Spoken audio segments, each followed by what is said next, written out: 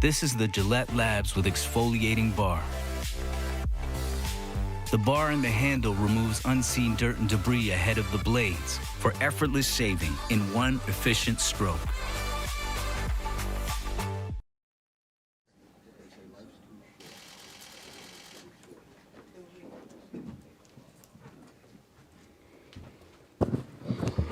All right, afternoon. Yeah, so it's been spent a lot of time here on Cincinnati the last couple of days. It's good, a good football team, a good organization. Always had a lot of respect for Mike, his commitment to the whole Brown family. Coming back to Paul Brown, Mike, and then Zach's done a really good job there. Obviously Lou on defense. Darren in the kicking game. His team's well coached. They have a lot of good players. Very explosive offensively. Great quarterback.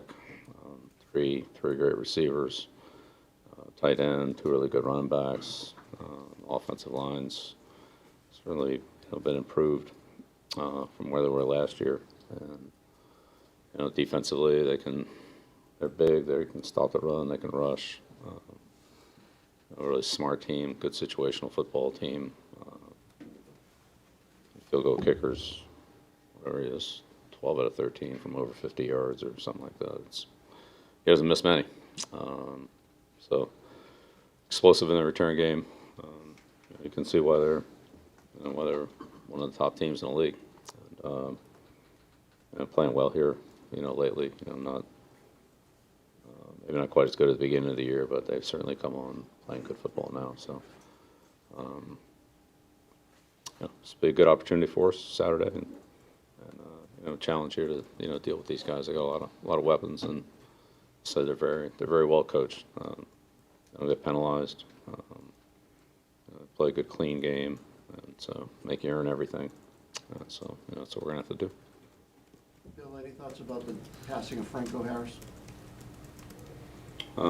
Yeah, sad. I mean, there's a legend. Great college player.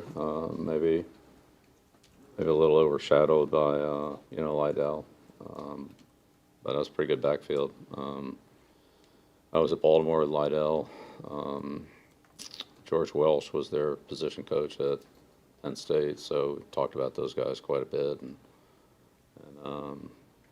Mitchell got a lot of the stats and publicity and all that at Penn State, but I know George always raved about Franco and didn't carry the ball as much, and his hands, which I mean, that one play kind of says it all, on that one. So he wasn't fun to play against, I could tell you that. I was at Baltimore. We played him in the playoffs there my first year. Yeah, this guy's a great player, great person. It's a big loss. Thank you. Bill, what's your message to the guys with 3 games left, kind of control your own destiny here, taking care of business? What's your message to the guys? Yeah, one day at a time, one game at a time. Same as always. First time you've seen Joe Burrow, what stands out to you about him when you watch him on film? Yeah, everything. I mean, first of all, he's tough. He's a tough kid. He'll stand in there, throw the ball, take a hit to make a play. Accurate. Hits all the throws. Tough to tackle. Manages the game well. Sees the game well. Productive in critical situations. Third down, red area, big games.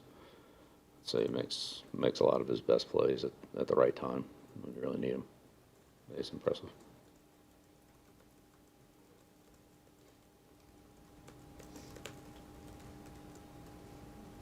What kind of impact has Ted Karras made on their line, you think, this year? Yeah, Ted's done a good job.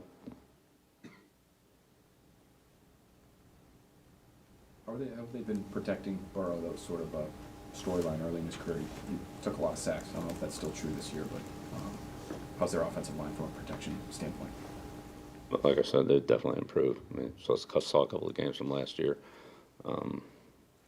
yeah, I think they've improved it. You know, made some changes there. Drafted Olsen, brought Ted in there, Collins. So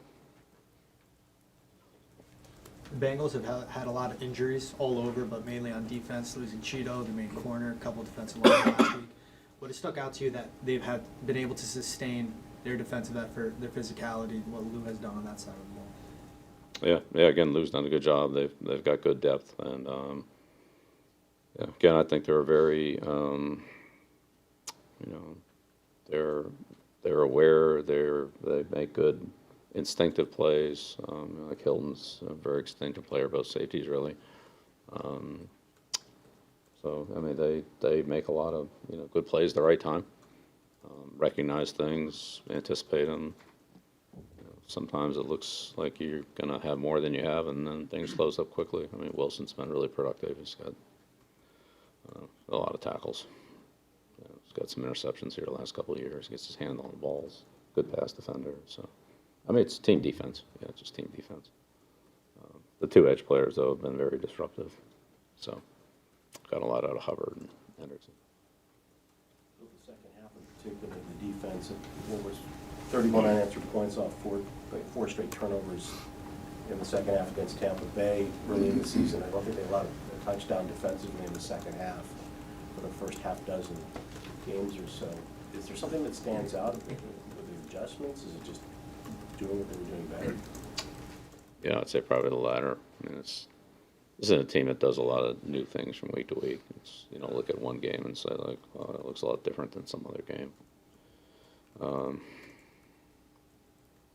They're pretty steady really in their personnel groups and their calls.